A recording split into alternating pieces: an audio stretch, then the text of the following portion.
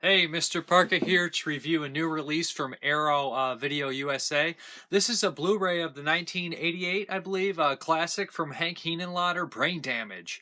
Yeah, what can I say about Brain Damage? I originally saw Brain Damage, and I think it's DVD released by Synapse Films. It has to be over a decade ago. Uh, this has actually always been my favorite Henenlotter movie. Frank Henenlotter has prolific in the underground, well, I guess indie kind of horror movies from the 80s. Basket Case 1, 2, and 3, Frankenhooker, Bad Biology, and he just released a documentary called That's Sexploitation. So Henenlotter is kind of a household name in the underground horror movies. Brain Damage is a wonderful movie. It follows the story of Brian, who lives in this kind of rundown apartment complex, well, semi rundown in New York City. This is the 80s New York City, too, so you guys will be familiar with it if you've seen Basket Case or, Maniac, just that scuzzy feeling. And there's this strange parasitic creature called Elmer, or Almer, or Aylmer, is what the guys who owned it previously call him.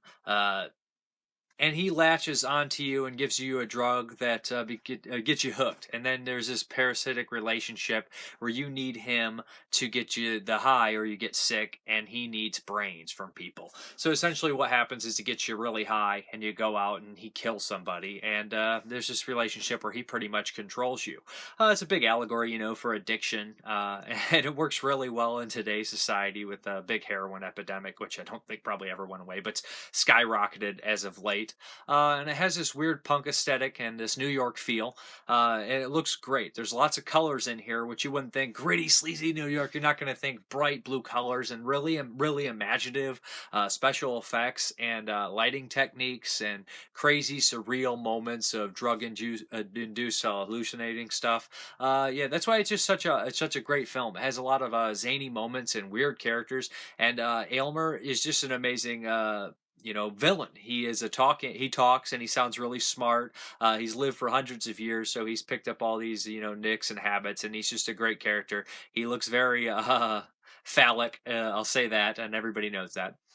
But the movie comes to a climax, which is batshit crazy and leaves you wondering what happened. The acting in the movie is fairly decent. The lead does a good job. Aylmer's great. The voice of Aylmer's great. He was actually an old horror host. And it's fun to see some cameos in here from previous and later Henenlotter movies. I don't want to say anything, but shared universe. Anybody that's seen the movie knows what I'm talking about there.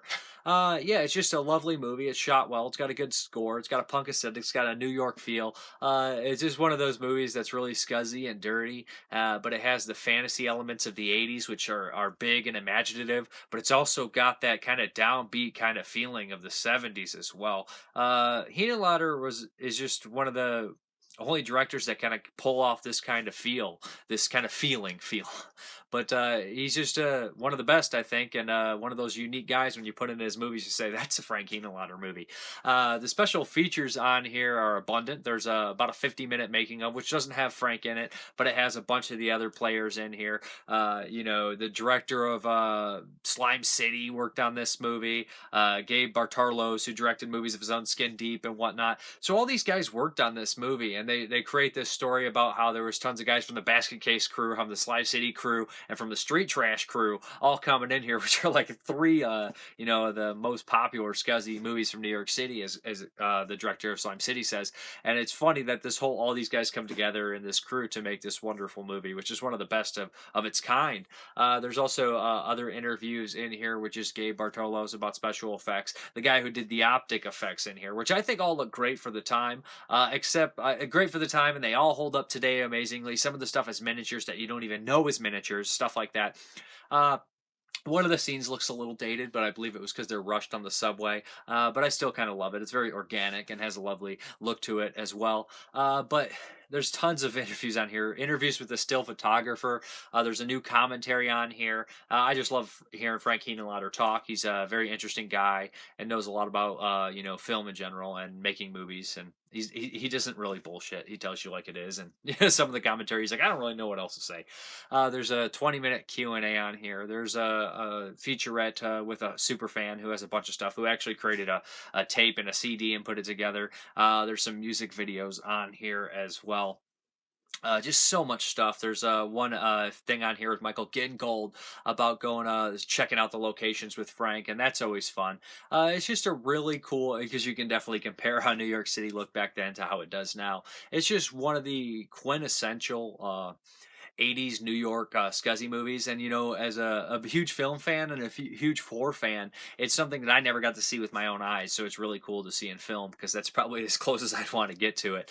But it looks great. It sounds great. It's never looked better, and it's one of those movies that's really cool. It's a rare, very visual movie. It's probably Henenlotter's most visual movie, I would say, with all the bright lights, and there's just so much imaginative stuff in here and cool ideas and sets. And did I mention it's super gory and gross on top of all of that? But it's got a nice bite in its humor. It's a lovely movie. Like I said, I can't say any more positive things about Brain Damage that I haven't already said. It's one of my favorite movies, and this is a damn good release. And if you order quick enough, you'll get a little enamel pin. You'll see the video at the end, but I'm Mrparka. Thank you very much for watching, and have a good one.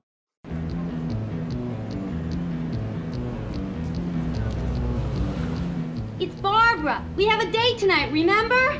Oh, yeah, sure. I'll be right out.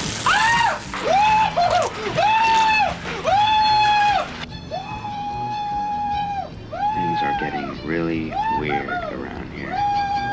Now, originally, I wanted to have a scene of, like a montage of Rick walking through the streets. Look at that. But we just did this shot, and it turned out so great.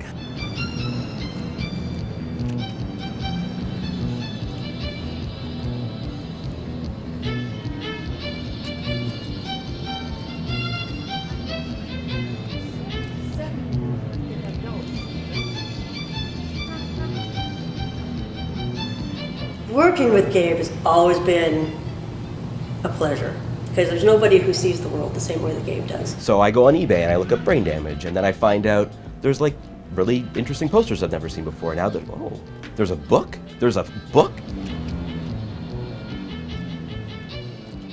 I was stupid enough to think that if I shoot it in 133, theaters would show it in 133. Ha! They didn't give a fuck.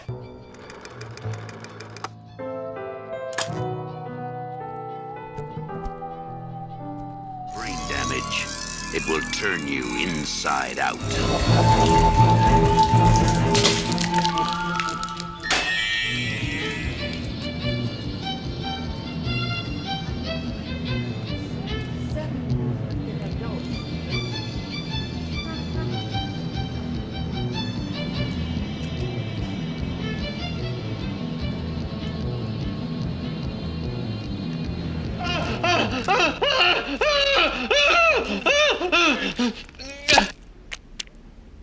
Uh-oh, Brian.